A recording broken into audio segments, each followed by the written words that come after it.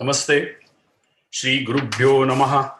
Welcome to this 25th day morning session of a month-long global festival of oneness to celebrate Adi Shankaracharya Jayanti Utsav arranged by Advaita Academy.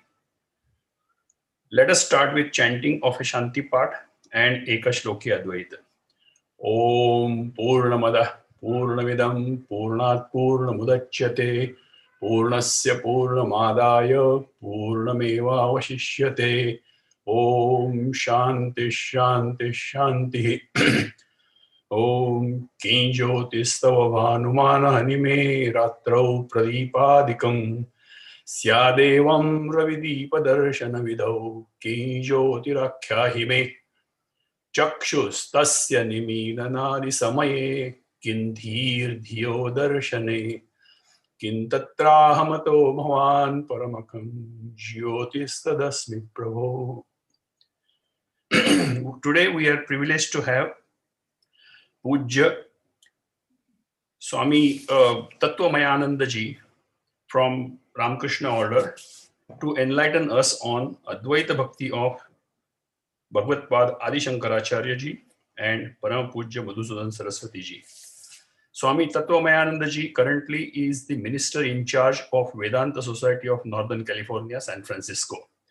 He served in various centers of Ramakrishna order in India as editor, publisher, and teacher of Sanskrit and Indian philosophy before coming to United States in January 2012. He had traditional training of Hindu scriptures, Sanskrit and Vedantic literature from his early days. He served in various centers of Ramakrishna order in India as editor, publisher, and teacher of Sanskrit, Advaitic texts such as Adi Shankaracharya's commentaries on Prasthanatraya and Indian philosophy. Pujya Swamiji has kindly agreed to take some questions post his talk. Viewers are kindly requested to post questions in question box. Over to you, Adaraniya Swamiji. Please start your lecture. Om Swadhismati Purananam Alayam Karunalayam Namami Bhagavat Padam Shankaram Loka Shankaram. When we start a discussion on this interesting topic, that is Bhakti in Advaita tradition, it is a very unfortunate that there have been many misunderstandings about Advaita in modern times. Some people, especially those who have no close association or access to the original scriptures, the writings of Adi Shankaracharya, they always say that Advaita is a life-negating, a world-negating idealism, and it is opposed to Bhakti, it is opposed to realism, and so on. Now, one of the major reasons why this misunderstanding is very common is that people mistake Advaita to be just a concept. But Advaita is actually a spiritual experience. Sutya, Yuktya, Swanubhutya. We read the scriptures, then we try to understand and logically analyze what we learn using our own reasoning power, and then we bring that into experience. So Anubhuti or Anubhava is the ultimate destination of Advaita. This is not frequently recognized. Trividham Sattvam Paramarthikam Vyavaharikam Pradibhasikam Cha Paramarthikam Sattvam Brahmanaga Vyavaharikam Sattvam Akasadehi Pradibhasikam Sattvam Suktik Tejidadehi. This is the central principle of Advaita metaphysics. And Shankaracharya also has summed up the whole of Advaita philosophy in a very short statement: Brahma Satyam Jagad Mithya Jivo Brahmaiva Napara. So very often Mithyatvam is misunderstood. and often misrepresented. But if we actually study Shankaracharya's original works, we will realize the fact that Shankaracharya doesn't say that this world is unreal in the absolute sense. It is unreal only in the sense that it is not absolutely real. It is something that comes and goes. It is subjected to changes and modifications. So very often, without understanding this fact, Advaita is being branded as Mayavada or Mithyavada. Advaita is actually Brahmavada. But very often Advaita has been misunderstood and misconstrued to be a kind of world-negating philosophy. There are many reasons for this. One reason is that Shankaracharya's stotras, close to 65 stotras, had not been taken into consideration when we analyze Shankaracharya's philosophical thought system. And his own contribution to devotional tradition, for example, his Panchadevata Puja, Adityam Bigam Vishnum Gananatham Maheshwaram Panja Yajnavaro Nityam Grihastha Panja Pujayit. Every Grihastha, every householder has to practice this Panchadevata Puja. He has to practice Aditya, Ambika, Vishnu, Gananatha and Maheshwara, this Panja Yajna. It is a responsibility of every householder to practice this ritualistic worship.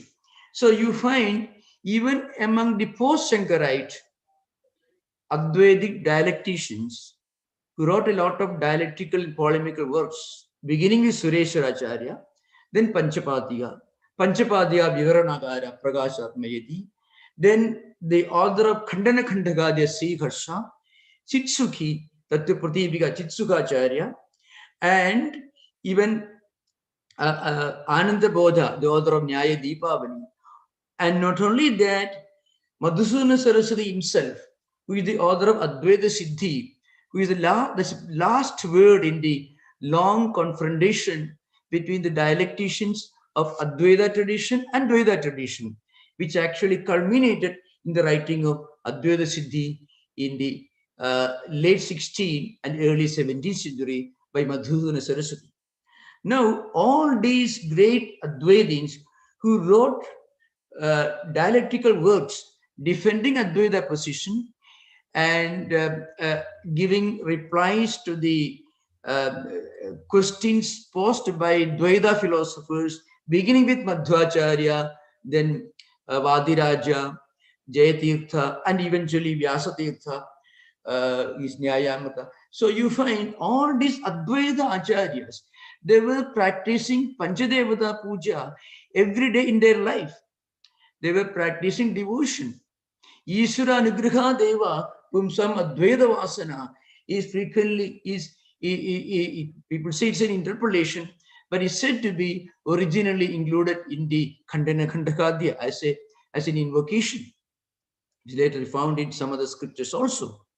So what I mean to say, all these post-Shankarite dialecticians who were perhaps more obsessed with the mithyatvam of Vedanta Advaita tradition, they were all great devotees of God.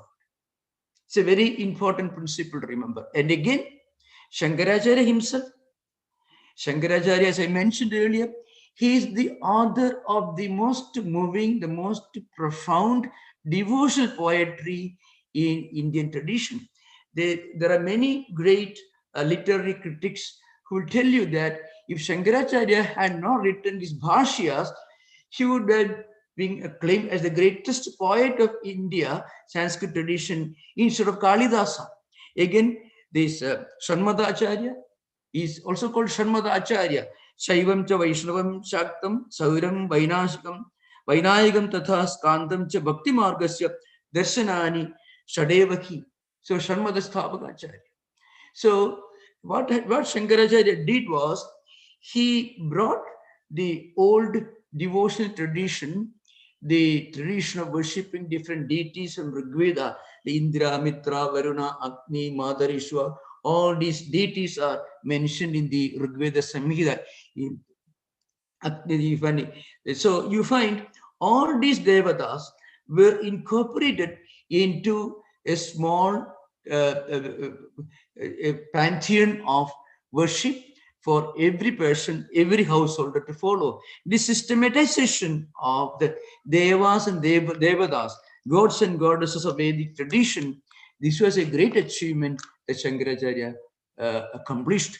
Now, we have to remember, none of the great acharyas of bhakti tradition, you can include in that tradition a great devotional acharya like Chaitanya Mahaprabhu, Ramanujacharya, Madhvacharya. None of these bhakti acharyas could write anything comparable to the great devotional poems of Shankaracharya, like Saundari Lahari, Ananda Lahari, Shivananda Lahari, and so on. So what really happened was Shankaracharya's contributions to devotional tradition, like these great devotional poems, then Shanmadacharya tradition, then Panchadevata Puja, all these contributions, and his own starting renovating temples in different parts of the country, starting these four Shankara mutts, where every Acharya, every Shankaracharya, every Pontiff of Sringeri, Kanji, Puri, or Dwaraka, all of them had to practice certain devotional disciplines as part of their spiritual life. So how can we say that Shankaracharya's Advaita is opposed to Bhakti? But very often this misunderstanding was created over several centuries, and there is a reason for it. I shall come to that later. Now, coming to Shankaracharya's Bhakti tradition, you find in Shankaracharya there are two types of Bhakti ideals that he established. One is Saguna Bhakti, the other is Nirguna Bhakti. Nirguna Bhakti was defined by Shankaracharya in the Viveka Chudamani, that is Swapna Rupanusandhanam Bhaktihi and Suswarupanusandhanam Bhaktihi. These are well-known definitions. Mostly these two definitions deal with the Nirguna Bhakti ideal. Now, coming to Saguna Bhakti ideal, in the Shivananda Lahari, there is a well-known verse which actually, on the one hand, describes the evolution of a devotee from Saguna to Nirguna, and also the evolution of a devotee parallel to the evolution of the concept of Ishwara or God. So the well-known sloka is this: Angolam nija bija santati rayaskandopalam suchikam sadhi naija vibhum lidakshidiruham sindhusadit vallabham prapnodi yatha tatha tatha pashupatehi padaravindadvayam chedo vritti rupetya tishtadi sada sa bhaktirityuchyate. Here, Shankaracharya is giving this path of evolution of bhakti from Saguna tradition, from Artharthi tradition, Artharthi level, to the highest Advaita level. So, for example, at the beginning of our spiritual life, we may need a desire or a nimitta or a particular reason to turn to God. Without that, many people may not think of worshipping God. Artho jnanasadartharthi jnani. This is the evolution of a devotee that you find in the Bhagavad Gita, and Lord Krishna says all of them have got a place in the empire of Ishwara. So at the first level, you can find, for example, the seeds of Angola tree. They cling fast to the tree when there is a storm, a wind, or some problems. When there is a strong wind, it is believed that these Angola seeds will cling fast to the tree. Now, This corresponds to the artha level, artha or maybe artharthi, both are more or less linked. You need a reason, a cause for developing devotion, a desire or a crisis. At the next level, maybe, so Bhashagara writes, Ayaskantopalam Suchika, a needle gets attracted to the magnets, but it is possible only if there is a magnet in its proximity. So some people will need a temple nearby to worship God. They need a suitable environment to develop devotion. They may not be able to develop the devotional fervor when there is not a suitable atmosphere around. So that is the second stage. Then the third stage is Sadhi Naija Vibhum Didakshidurukam Sindhusarit Vallabham. Third stage, a chaste woman, her devotion to her husband, that is higher than the previous levels of bhakti, because she is physically close to her husband. So the seeds are like devotees, Angola seeds. Devotees turn to God when there's a crisis, the first level. The second level, when there is a suitable atmosphere, the close proximity, then we may develop a devotion to some spiritual ideal. The third stage, this close proximity, close relationship. The fourth stage is more important. A creeper depends upon the tree for its survival. A creeper is like a devotee. It cannot exist without the tree on which it depends for its sustenance. So you perhaps many great devotees like Narada, there are examples. Artha, maybe Dhruva is an example. Sugriva is an example. So you find many in the Puranic tradition, and also in modern times you find many examples for these four levels of spiritual evolution or devotion. The last stage can be sometimes equated to the Sayujya ideal of the Vaishnava tradition, or perhaps it can also be compared to the Advaitic ideal of bhakti.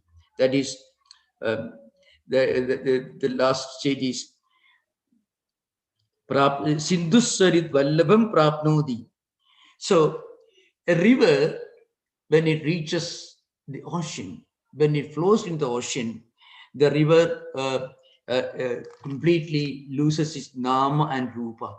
Yadha nadyasyandamane samudrimasthangachandi nama rupe vihaya. So at the highest level, the devotee loses his own individual identity and becomes one with his Ishta. These four levels of spiritual evolution we can find in Shankaracharya's tradition. Now in his works, and also you can also find this the idea that, oh mother, this kind of prayer, mother, Bhavanitvam dase mai vitara drishtim sagarunam idistodum vanchin kadhairi bhavanitvam. Oh mother, please cast your benign eyes on me. Show me your compassion. So you can find in Shankaracharya's stotras some of the most moving devotional poetry that you can ever imagine in any tradition. Perhaps those of us who have read the mystical works like Saint Teresa of Avila, some greatest mystics of medieval Christian tradition, you can find a saying devotional fervor. So it is something very interesting that the greatest Advaita philosopher is also the greatest devotional poet who appeared in India. Now, And one may ask this question, this problem may sometimes arise. Why this contradiction happened, and why this mistakes, I mean uh, this this misrepresentation of Advaita as something opposed to bhakti, how this developed. I already mentioned this earlier. One of the reasons is during the post-Shankarite times, there was a dialectical confrontation between Advaitins on the one hand, beginning with Shankaracharya and Pancha Padmapada, and the great Dvaitin scholars and dialecticians on the other. To some extent, you can find some writings in the Ramanuja tradition, Vedanta Desika and others also contributed. But mostly it was a dialectical warfare, conflict. I don't call it conflict. You have to remember, all these great writers were great devotees. So it was a glorious period of India's philosophical evolution. And perhaps no other nation has witnessed such a blossoming of dialectical philosophical writings and classical works within a period of almost 600 years. From 9th century AD to, let us say, the beginning of 17th century, that is the time of Madhusudana Saraswati. So during these dialectical confrontations, a lot of criticism was made against Advaita. Maybe the reason why this happened, maybe Madhwacharya himself emerged, most probably because of the influence of Sureshwara's Brihadaranyaka Bhashyavartikam and Vajaspati Misra's Bhamadi Tika, and of course Padmapadacharya's Panchapadika, which was again of later years followed by Panchapadika Vivarana, of course, beginning of Vivarana Prasthana. So, and then it continued later, right up to, let's say, 15th century.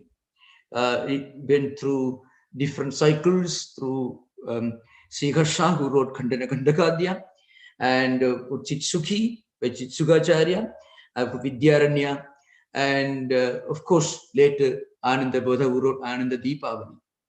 So the Dvaitin philosophers, they projected Advaita as some kind of Mayavada and Mithyavada. So you can find many such writings in the Padma Purana. So Prachannam Bauddham Uchyade, you find Vedanta Advaita was called Prachanna Bauddha tradition. It was Mayavadam was actually a kind of a reincarnation of Vijnanavada, idealism. That is how many of the Dvaita dialecticians projected Advaita. In response to this, Madhusudana Saraswati had to take up the defense of Advaita that he did in Advaita Siddhi. But we should remember that Advaita Siddhi is important. Equally important is Gudhartha Deepika. It's a well-known work of Madhusudana Saraswati. In fact, both should be given equal importance. But those who depend upon, those who consider Madhusudana Saraswati just as a defender of Advaita tradition, they mostly focus on Advaita Siddhi. So these 5 definitions of Mithyatvam given by Padmapada, Prakashatmayati, then Chitsukacharya, and Ananda Bodha, they were criticized and sometimes even ridiculed in rather unpleasant language by the Dvaita dialecticians like Vadiraja, and then Jayatirtha, who wrote the commentaries, tikas on Madhva's works, and more importantly by Vyasatirtha in his Nyayamrita. So, for example, a simple definition of Advaita. See with this, say this Pradivannavadu Traigalika Nisheda Prayogitumva Mithyatvam. Or Jnana Nivartitumva Mithyatvam. Swasre Nishta Atyanta Bhava Prayogitumva Mithyatvam. Sadviviktatumva Mithyatvam. So all these definitions were criticized and sometimes ridiculed by Vyasadeva in his Nyayamrita. So Madhusudana Saraswati had to take up the defense, and he wrote it, and he wrote the Advaita Siddhi. During this dialectical confrontation, what really happened was the Bhakti ideal of Adi Shankaracharya took a back seat. It was neglected, and it was obscured during this dialectical confrontation, unfortunately. As a result of this, Advaita came to be misrepresented as a kind of world negating, God negating idealism. You can find very strong statements among the writings of different writers. In this context, let us say about Shankaracharya himself, how he himself talks about bhakti. I'm just quoting just a few examples. One of the most powerful statements from Shankaracharya on bhakti comes in the Bhagavad Gita Bhasha itself, the 13th chapter, 10th verse. Maicha ananya yogena bhakti avibhijarini vikta desha sevitum anabhirjana samsadi. A simple statement. Here, Maicha Ishware ananya yogena apradak samadhina na anyo bhagavado vasudevat para asti adasa eva no giti idi evam nischida avibhijarani buddhi ananya yoga tena bhajanam bhakti na vibhijarana shila avibhijarani. Then Bhashikara writes sacha jnanam. So this bhakti is avibhijarani, unwavering, na vibhijarana shila. It doesn't move. It is steady, strong, and devoted. Ananya yogena bhajanam, without any other focus, moving in one direction.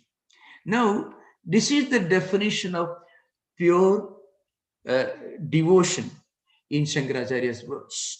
And he says it is Nirmala, Shuddha, Anandagiri, and other the Tigas, which I have not time to quote. So, this is Shankaracharya's definition of pure devotion. And then he raised Sa. Sa here means Abhibhijarini Bhakti. That is Sa. Sacha Jnanam. This pure devotion is Jnanam itself. It's a very, very powerful, important statement. Now, this was not at all taken seriously by the writers who generally projected Advaita as something opposed to Bhakti. Another important point that I want to make clear here is there are many writers in modern times who have tried to project as if Madhusudana Saraswati was the inventor of Bhakti in Advaita tradition. What Madhusudana did was he only rediscovered the Bhakti ideal that was already there in the Prastantara Bhashyas. Very often, of course, there are many statements in the Brahma Sutra itself where Shankaracharya talks about Bhakti. For example, in the second Adhyaya, Tad Anugraha Hetukenaiva cha Vijnanena Moksha Siddhiki Bhavidum Arhati. God's grace. Tad Anugraha Hetukenaiva cha Vijnanena Moksha Siddhi Bhavidum Arhati. So, that Vijnana comes, the highest realization comes as a result of God's grace. Ishwara Nigrihadeva Pumsam Advaita Vasana. Sometimes there is a view that it was originally written by Sri Harsha in Khandana Khandakadi itself, though we are not sure about it. Again, in the Brahma Sutra Bhashya, Bhashyakara writes Tat Punas Tirohidam Sat Parameshwaram Abhidyayadu Yadamanasya Jantoho Viduta Dvantasya Timira Niraskrudeva Kripa Drikshakti Raushada Viryat Ishara Prasada samsiddhasya kasyachideva avirbhavati na subhavatah eva sarvesham jandunam. Bhashyakara statements. Drikshakti aushadaviryat ishar prasada samsiddhasya kasyachit eva avirbhavati na subhavata sarvesham jandunam. So the highest truth, I mean, it comes as a result of God's grace. The godly attributes of Jiva, which normally remain hidden in him, become visible in the case of rare and sincere spiritual aspirants who meditate on God with great devotion. That's why Sat Parameshwara Abhidyayado Yadamanasi Janto. So this renunciation, this even the ability to develop sadhana chatushtaya sampatti and sravana, manana, nidhyasana, the 7 disciplines which are necessary for any seeker of Advaita tradition. It emerges only as a result of God's grace. In the Brahma Sutra Bhashya itself, Bhashyakara writes.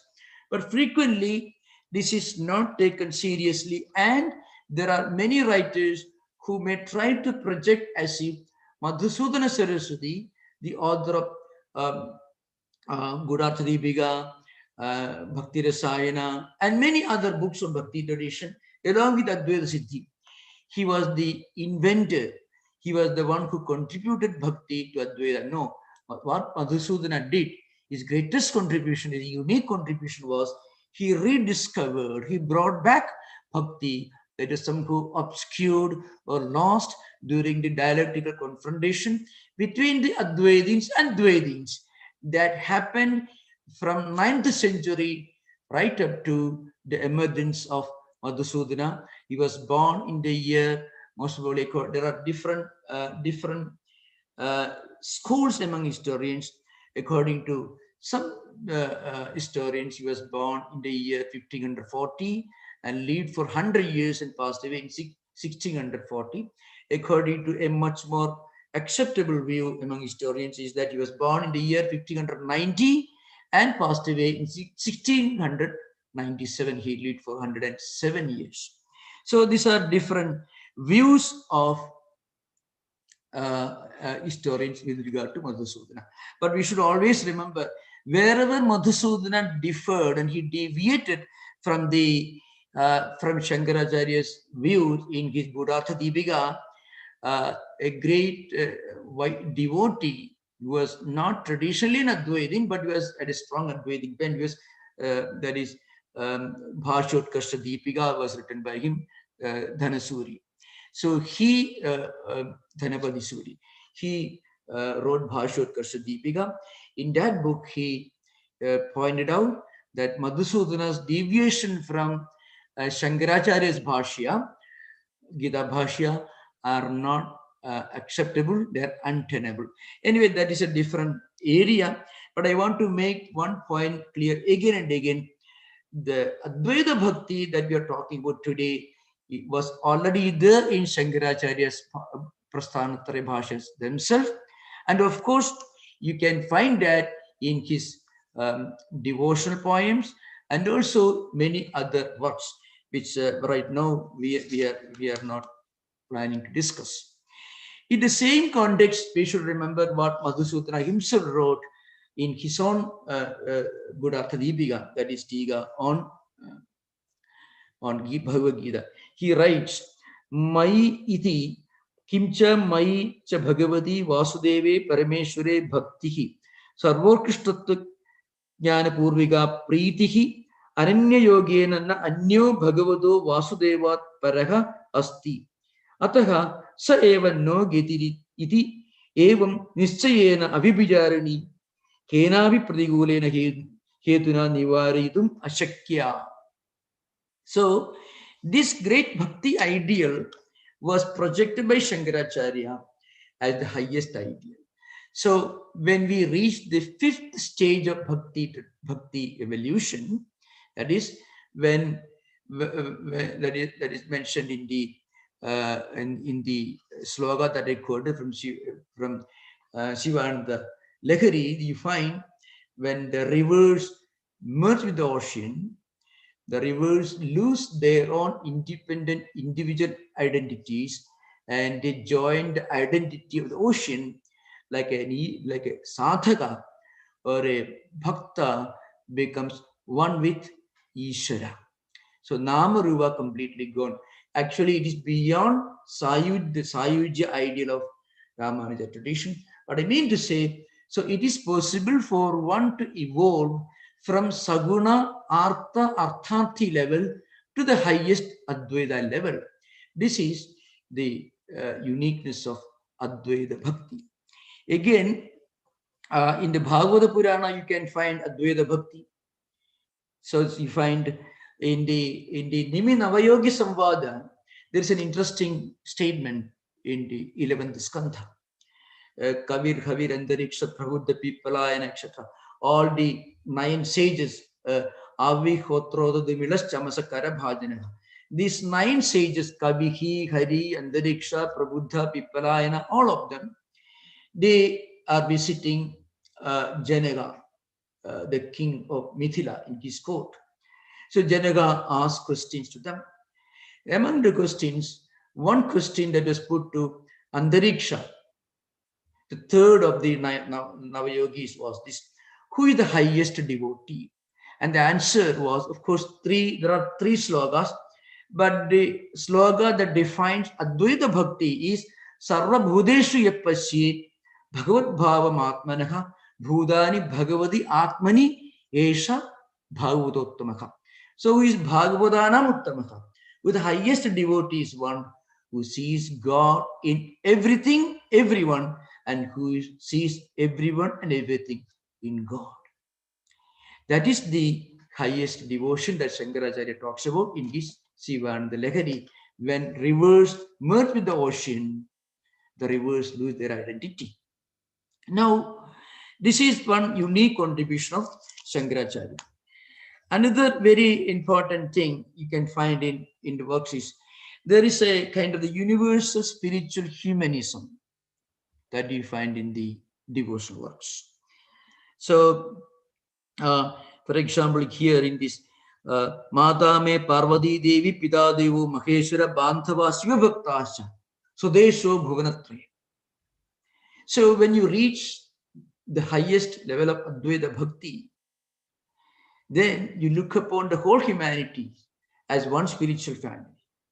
You look at humanity, you look at everyone beyond the boundaries of nationality, race, culture, and tradition. Look upon the entire humanity as one spiritual family. This unique concept of looking upon the whole humanity as one spiritual family can be found in the Bhakti tradition, Bandhava Shiva Bhaktasya. So, Desho Bhuvanatrayam. You can find also in Bhashikara's commentary on the Gaudapadakariga. So, Siddhanta Vyavasthasu Dvaitino Nischidadridham Parasparam Viruddhyante Taihi Ayam Na Viruddhyate. So, Bhashikara says the one Advaitin Asmadiyam Vaidiko Dharma Na Viruddhyate. And after saying all this, Bhashikara says, Yadha Sukhasta Padadibhisa. See, when you reach the highest level of bhakti, when you experience this universal humanism, which is actually the highest ethical philosophy you can conceive of, you look upon everyone as not other, but as yourself. So you cannot do any harm to anyone, because by hurting another person, you're hurting yourself. This kind of deep humanism, based on bhakti and also Advaitic oneness, is a unique concept that you can find in Shankaracharya's Bhashyas. Madhusudana has developed a unique, a sublime concept of Saranagati of Prapatti. In the Gurartha Deepika, Madhusudana mentions this. He says, for example, Samsara Ragena Biliyasa Chidam Nibidgaistat Prasame Adisikshitam Idam Bhavad Bir Bhukuda Vyadigam Nibiyadam Bhakti Rasayana Buddha. It comes in the Bhakti Rasayana. So, indirectly, Madhusudana is expounding the ideal of Sharanagati through this Bhakti literature. And wherever he explains the word Bhakti, the Gurartha Deepika, he's eager to hint at the efficacy of self-surrender. And the self-surrender, Madhusudana says there are 11 levels. Madhusudana's original thesis of Bhakti is very profound and very unique. In fact, he not only rediscovered, brought back the Bhakti ideal that was lost in the dialectical confrontation of Advaitic and Dvaitic dialecticians, but along with that, he also developed his own unique Bhakti ideal, mostly focusing on his Tiga, that is Gurartha Deepika. So he said there are 11 levels of Bhakti. That is Mahat Seva, Tadyapatrada, Tadharmeshu Shraddha, Hariguna Sutihi, Dityankarotpatti, Surubadhigati, Prema Vruddhi, Parananda Spurti, Sado Bhavad Dharma Nishtha, Tadguna Shilada, Prema Parakashtha. So he also quotes, somewhere he quotes, but there are views, they say in one of the statements in Gurartha Deepika, he makes statements which are very similar to the popular definition of Sharanagati accepted among the Vaishnava devotees. That is Anugulyasya Sankalpaha, Pradigulyasya Varjanam, Dakshasiri Vishwasa, Goptrutta Varanam Tata, Atmaniksheva Karpanni, Shadvidha Sharanagati. So these 6 disciplines, that is always going for a appropriate, a positive thought current towards God, and renouncing all negative thought currents and accepting God as the only protector and complete surrender to him, and a kind of aversion towards anything that stands in the way of devotion. All these ideals were put together, and Madhusudana develops into 11 levels of Bhakti evolution. That is also a very, very unique contribution of Madhusudana. That's why he says in his Vedanta Kalpalatika, he describes himself. Madhusudana talks about himself. Bhagavada Nilachara Nayakena Narayanena Anugrihitaha. So, while reconciling Bhakti and Advaita Jnanam, after, that is almost 800 years after Shankaracharya's passing away, Madhusudana says that he himself is Bhagavada Nilachara Nayakena Narayanena Anugrihitaha. I am blessed by Narayana. Nilachara Nayaka is sometimes interpreted to be the Lord of Jagannath. And of course, there is a well-known verse that is attributed to Madhusudana, which is perhaps one of the most beautiful declaration of pure devotion. It is so well known, you can find Vamsi Vibhushita Garat Navanira Dhabat Pidambarat Arunabimba Bhalat Adharoshtad Purnendu Sundara Mukhad Aravinda Netrad Krishnat Param Kimavitattum Aham Najani. Madhusudana writes. So the author of Advaita Siddhi says, I don't know, I can't think of any higher spiritual ideal, any other higher principle than Krishna. And that Krishna he describes with his flute in his hand, the color of a new cloud, dressed in yellow clothes, with lips as red as the dawn of bimba fruit, with his face beautiful like full noon and eyes like lotuses. So the greatest dialectician after Shankaracharya in Advaita tradition, we can say, if we focus on the dialectics, Vedanta dialectics, it may be safe to say that after Shankaracharya, Sureshwara, Padmapada, and perhaps Vajaspati Misra, Madhusudana was the greatest dialectician. I mean, all the Navinaya skills that he displayed in defending the definitions of Mithyatvam given by Advaitins like Padmapada, Prakashatmayati, and others, if you consider them, we can say Madhusudana was perhaps the greatest dialectician. And from a dialectician, we won't expect much of devotional fervor, but Madhusudana was a great devotee of God more than anything else. I want to say a few things about the reason why many of these misunderstandings still prevail in many quarters among scholars. Maybe one possible reason is the influence of Western theological and philosophical traditions. Because in Western philosophy, if you believe in Kant, then you cannot believe in J.S. Mill. If you are a Kantian, you cannot be utilitarian. So if you accept one philosophy, then you cannot be anything else.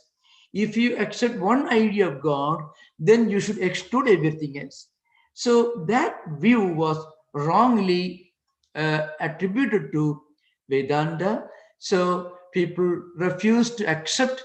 Surprisingly, it is astonishingly, people even today refuse to accept that many of the great devotional poems were actually written by Shankaracharya. How can Shankaracharya, who wrote Brahmasutra Bhashya, write Devi Abhiradhakshamavana Stotram or Chadushashti Vujara Puja Stotram? People answer very, very ridiculous questions. The point is, in Indian tradition, Vedantic tradition, the greatest Vedantic dialecticians were also the greatest devotees. In the Gospel of Sri Ramakrishna, you read about one interesting incident close to our own times. In the Dakshineshwar temple where Sri Ramakrishna was living, once a great Avadhuta came. So let us say an Avadhuta or a Paramahamsa. He was a man, a devotee, an Advaitin who always lived every moment of his life. He lived in perfect identity with Brahman. Absolutely no consciousness of the world in which he was living. Always immersed in his identity with Brahman. The Jiva Brahma Ikyam was an experience every moment. Such an Avadhuta came to the Dakshineshwar. And he was like any Avadhuta, like let's say, let us say, Shuga Brahmashi. You can find Shuga's picture is drawn by Vyasa in the Bhagavata Purana. A 16-year-old looking person was totally naked, totally unconventional, odd looking, but he was every moment experiencing his identity with Brahman. Jiva Brahma Aparokshani Bhuti was a matter of daily and moment experience every moment. He came to the Dakshineshwar and he stood right in front of the temple and he recited a devotional poem. When he recited the devotional poem, the whole temple shook. That's what the Gospel writes, Gospel of Sri Ramakrishna. Because when he recited this poem, he could identify himself with the Divine Mother, worshipped the deity in front of him. The perfect identity. Now, that kind of absolute identity with God is possible only in Advaita tradition.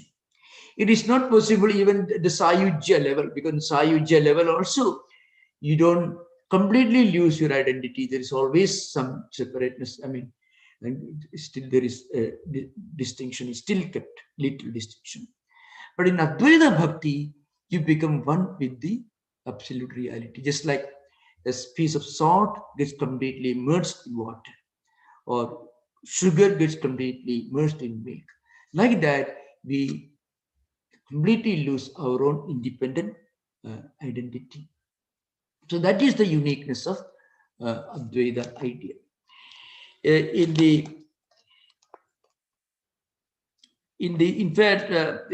Shankaracharya's works itself, you can find this a very interesting statement here. In the Sivananda Lahari, it comes here again.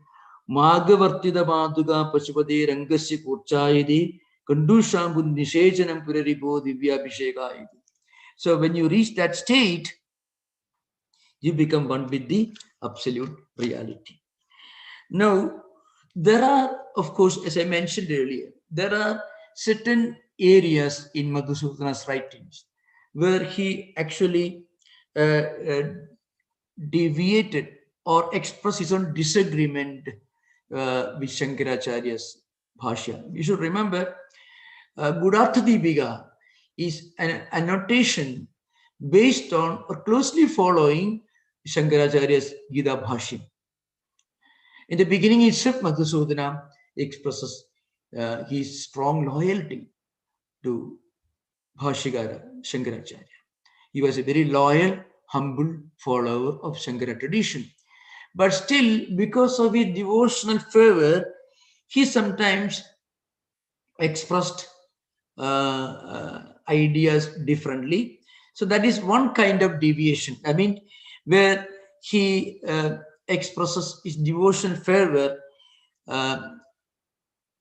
to emphasize the devotional aspect.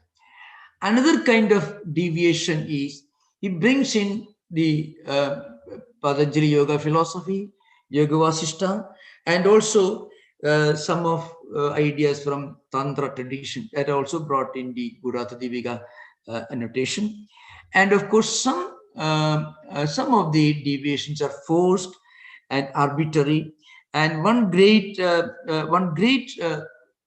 writer is named Dhanapati Suri.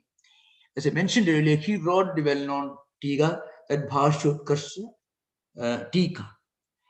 He actually he's not a traditional Advaitin. Actually, he belongs to Vaishnava tradition according to available sources of information.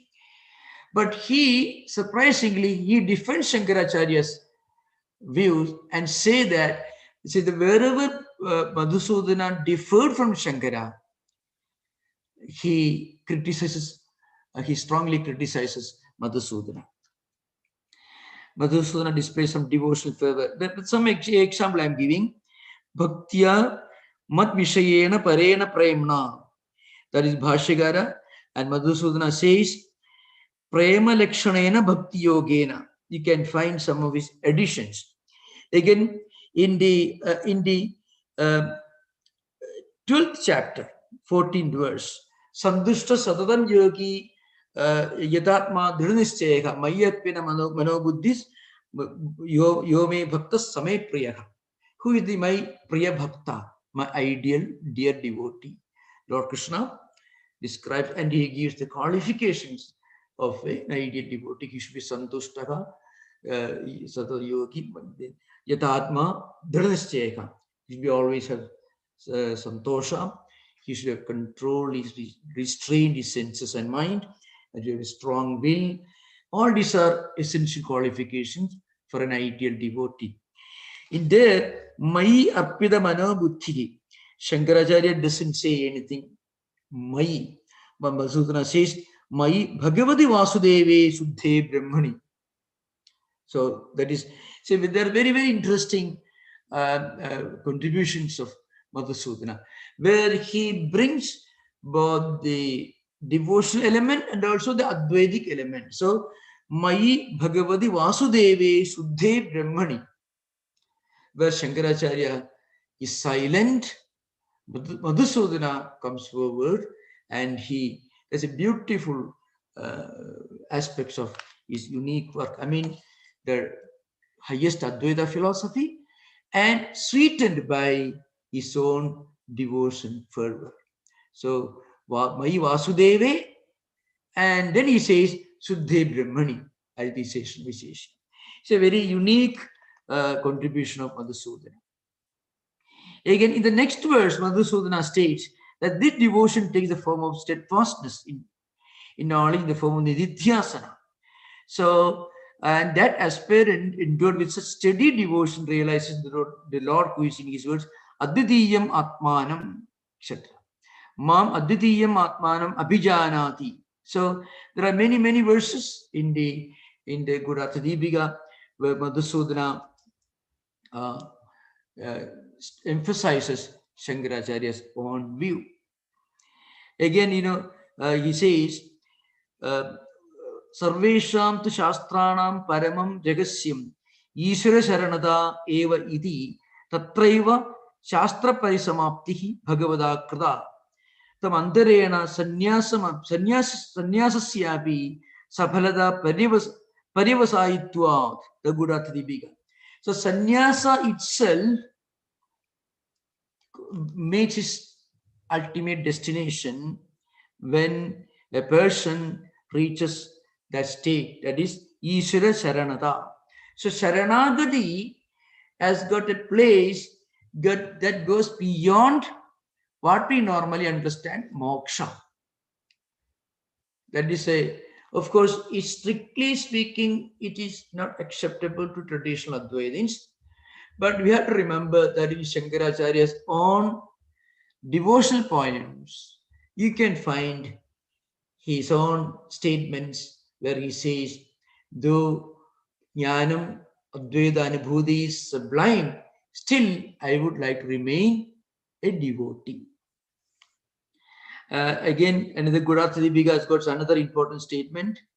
He says, Sidama Brahmananida Tandula Kanabhakshanavat Pridi Vishesha Pradibadha Apaksha Vijnano Bala Iva Matra Dyarpidam Patra Pushpadyam Bhaktyarpidam Sakshadeva Bhakshayami Itiva Tena Bhakti Reva Mat Paridosha Nimittam. That is Patram Pushpam Phalam Toyam Yome Bhaktya Prayachya, etc. Where Madhusudana, he expounds this. Sridama Brahmanani the Tandugala Bhakshanavat. So the poor Brahmin Sridama gave maybe a bit of this parched rice, which is not so pleasant to eat. Still, because it was offered to the Lord Krishna, with so much of devotion, that is itself enough for me. Patra Pushpadi Bhaktarpidam Sakshadeva Bhakshayami Diva. So, like that, whatever you offer to me, Patram Pushpam Phalam Toyam, if you offer to me with devotion, Aham Bhakshayami. So, there are places where Shankaracharya is not so graphic in his description of the devotional emotions of a devotee. Madhusudana has much more to add. That is an interesting contribution of Madhusudana. Then again, in his works, he defines bhakti. That definition is very often considered to be one of the finest definition of Saguna Bhakti. Madhusudana, he says, what is devotion? He says, so, Athanugrihadeva tarunentu shikhamaneki advaita vasana pumsam avid bhavadi nanyatha. So, there he says, what is the highest devotion? Ishwaranugrihadeva pumsam advaita vasana. A person gets Advaita Bhakti or Advaita Vasana only by the grace of God. And what is the grace of God? Drudasya Bhagavad Dharma Dharamahikadam Gata Sarveshe Manaso Vrittihi Bhaktihi iti abhidiyate. That is the definition that comes from Madhusudana. It is considered to be one of the greatest definitions, one of the most intimate definitions of Bhakti ideal. Drudasya Bhagavad Dharma. Bhakti is a state of mind. Dharamahikadam gata sarveshe manaso vrittihi bhaktihi iti abhidiyate. Bhakti is a state of mind in which mind is being melted by the force of spiritual discipline. And the mind constantly flows towards God. So mind gets melted by devotion. And this melting is possible not only to a Saguna Bhakta, it is possible also for a Paramahamsa, for a practicing Advaitin. That's what you find from the episode that I narrated from the Gospel of Sri Ramakrishna. The Avadhuta who came to the Dakshineshwar is a classic example of a Brahmajnani, like Suga Brahmashi. He didn't live a normal life. His life was totally opposed to conventions and traditions. He jumped to the Ganga, did not even remove water, came, moved around, stood in front of the temple and recited, according to some stories, which we are not sure, Devi Aparadhakshamavana Stotram. And immediately the whole temple shook. You read in the Gospel of Sri Ramakrishna. Because the Avadhuta, being always in a state of total identity with Brahman, he was experiencing his own non-distinction, his own total identity with the Divine Mother in the temple. That is possible only for an Advaitin. Now, such an Advaitin, actually, what happened to him? Precisely what Madhusudana says, his mind melted, it flowed towards the Divine Mother. So, Sri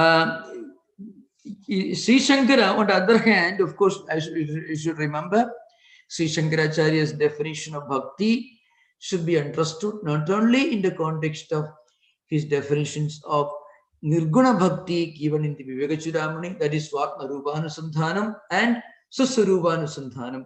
Shankaracharya's definitions of devotion should be understood on the basis of his own stotra kritis. That's also very important for us to remember.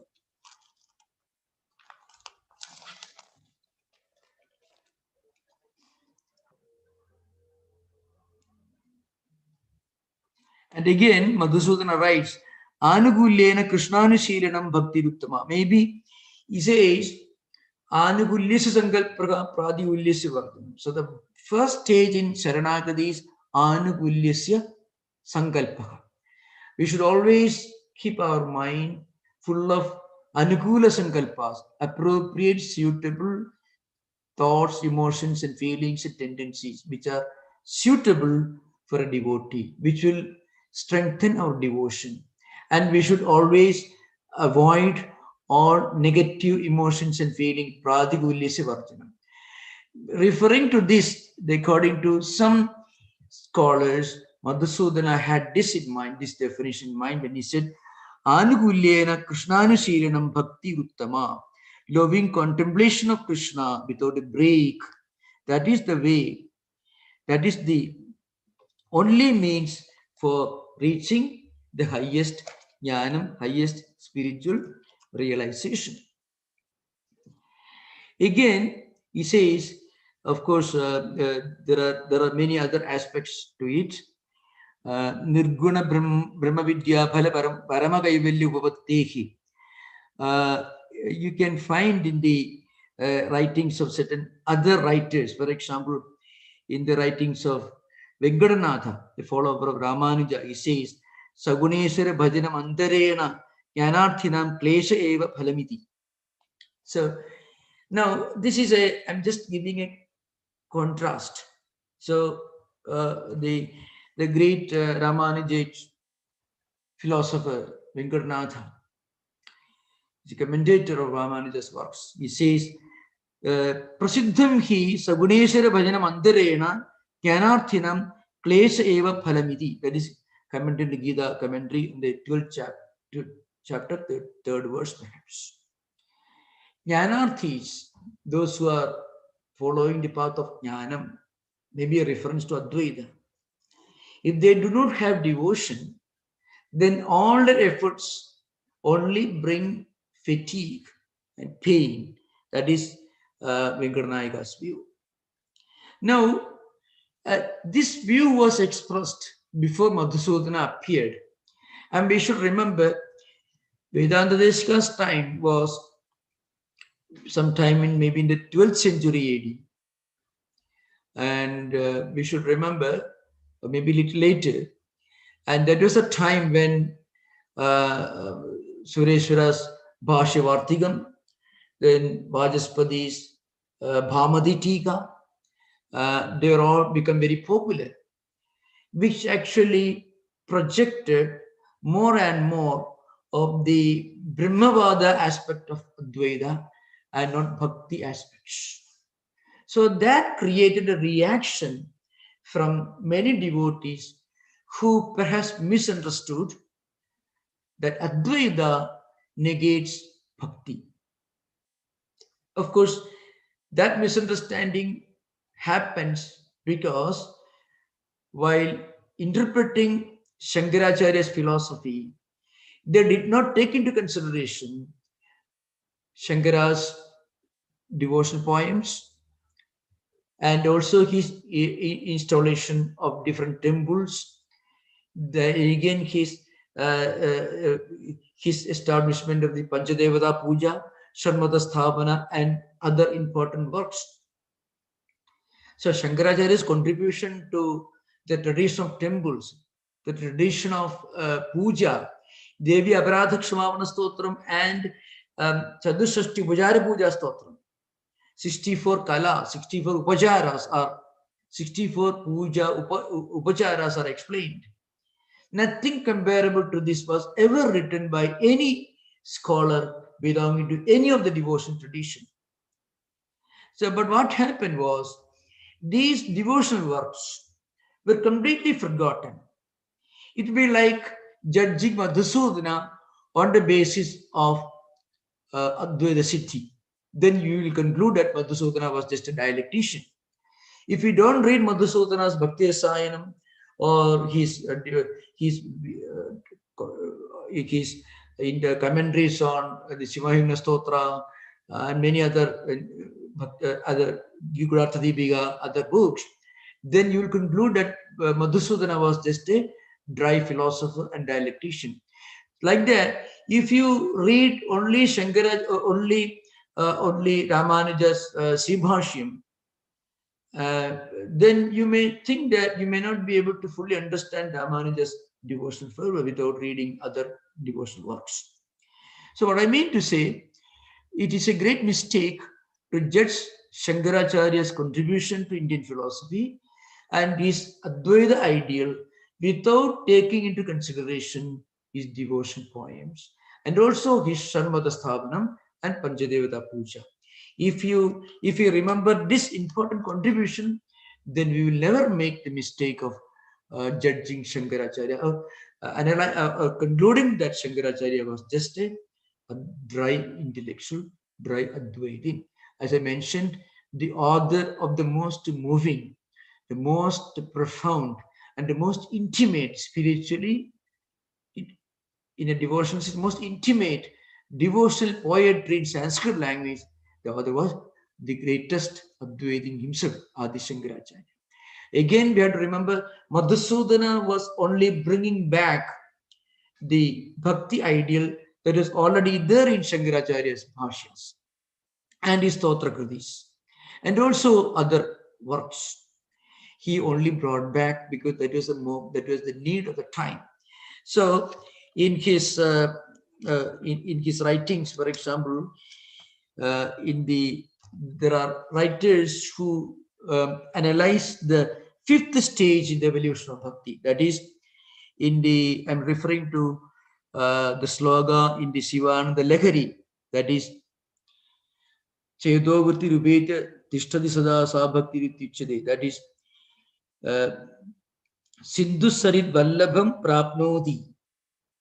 So just the rivers, when they flow into ocean, they lose their nama and rupa, they lose their own individual identity, and they become one with the ocean. Similarly, when a devotee reaches the Lord, he loses his identity, he becomes one with the absolute reality, with Brahman. So the highest devotion is possible, losing one's own identity. So like a piece of sugar doll loses its identity when it's put in water, or salt gets merged in water.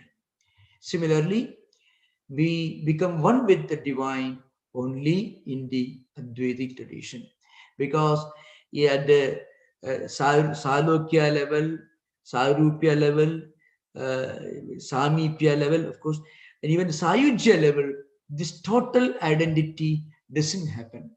So this total identity of Sadhaka and Sadhya, Bhakta and Ishwara, that is possible only at the Advaita level. So in other words, Advaita, when an Advaitin becomes a devotee, he becomes the highest devotee. This is a gradual evolution that's happened. That's why the Rigveda mantras you find, at some stage, the mantras begin, for example, addressing a deity. But eventually, he reaches a state of monastic identity. I'm not going to those details. So now I'm concluding. You are most welcome to discuss the subjects. Very often in a talk like this, we won't be able to discuss everything, but it's open. We can have discussion. If you are interested, most welcome. Thank you. Namaskar. Sashtang Dandavad Swami, it was really very nice to hear this 1 hour lecture of yours. With your kind permission, I will take up a couple of questions. Yeah. The first question is stating that how do you classify the text Bhagavad Gita? Is it Dvaita or Advaita? Yeah. No, Madhusudana was the one who classified this text, Tattwamasi. So Bhagavad Gita, there are many verses which can be classified in Dvaitic content. See, Bhashyakara himself, in certain cases, he says, Mai Vasudeve, Bhashyakara himself writes, Mai Ishwari, without ending Brahmani. He doesn't bring Brahman. So Shankaracharya himself doesn't hesitate to put in so many words, really speaking. So Gita can be classified as a text containing Dvaitic, visit Advaitic text altogether. Second question is, after one has realized that I am Brahman, how can one have devotion? To whom one prays? Yeah. Now, when in real experience, a great devotee, when he reaches the experience level, he doesn't forget the road he has traveled. See, when at the beginning of his spiritual life, you must have been a Dvaitin, really speaking. Many you mean before you went Sandhya Vandana, Puja, everyday devotion, whatever may be, conventional ritualistic traditions. And then you did be Sadhana Sadushta Sambhakti, Vichara, and Sravana Marana, Vidyasana, Vichara, you become Advaiti. Then what does he do? He cannot do anything. He doesn't sit quiet there. So you find Sadasiva Brahmendra. He was an Advaita. He was experiencing Advaita every moment. But he also wrote devotion. What else will they write? So if somebody comes and asks question, you talk about God, not Brahman necessarily. So when you get a PhD degree, then if your son who is studying 5th grade comes and asks you a question, you don't explain to him PhD thesis. You explain to him the 5th grade lesson, and he will understand it. So when a person reaches Advaita experience, all conflicts will come to an end, really speaking. We should remember, these questions arise only before we reach that experience level. In the Chadasutri, at the end of Chadasutri Bhashya and elsewhere in the other parts of Brahmasutra Bhashya, Bhashyakara writes, Aham Brahmasmi Mahavakya and Aham Brahmasmi Anubhuti are two different levels, really speaking. Aham Brahmasmi Anubhuti, it goes beyond Aham Brahmasmi Mahavakya. So when a person actually reaches that Anubhuti level, then there will be no conflicts. And that person will be certainly comfortable in a temple. He may do puja. He may do puja with greater shraddha, greater focus, more attention, if you have got Advaita experience. Or he may do in a very simple way. You have many Avadhuta stories you can find in our Hindu tradition. Great examples of Advaitic experience. Every day they practice their own devotion, but not with the same obsession, with the same mechanical obsession with which a beginner does, but from a different level. So there will be no problem. Shortly, it is Adhikar Bhedatvat. Yeah. Adhigari, yeah, that's true. He will react to persons according to the Adhigari. I can give the example. When Sri Ramakrishna, when Vivekananda came, he talked about Advaita. When some other monastic disciples who were young men at that time, they came, Sri Ramakrishna did not talk about Advaita. He talked about Bhakti. So actually a great Acharya will know what to give to whom. In fact, that explains why Shankaracharya took all the pain, Bhaja Govindam, Govindam, after writing Brahmasutra Bhashya, again writes, Govindam, Bhaja. And all the temples, yeah. Or for that matter, a person writing Nirvana Shatakam, writing Bhagaja Govindam. Yeah. This, this Chadushashti Bajara Puja Stotra. All the pujas, all the bajaras are explained, described. Yeah. After reaching Advaitic experience, why should you worry? Remember this, I tell you, this question itself should be explained. Why this question arises? I should say, in Western theological tradition, if you accept one idea of God, then you automatically reject the other idea. If you accept A, that means you accept B, C, D, everything. But in Indian tradition, you may be an Advaitin, but if you're a temple nearby, you may go and do pranams every day. That conflict arises only when you look upon Advaita as a concept, as an ideal or idea. When you look upon Advaita as an experience, there will be no conflict. So, in short, it is Jnana Vairagya Siddhartham Bhikshan Dehi Cha Parvati. Yeah. Fantastic. So, I am personally highly obliged, and I just express on behalf of all our viewers a deep sense of gratitude to you. Thank you, and Satnanga Dandavat again to you. Namaskar.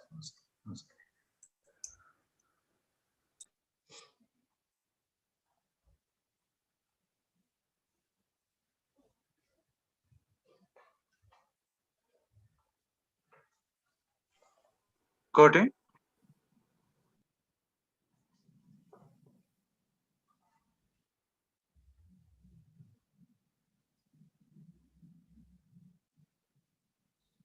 Stop.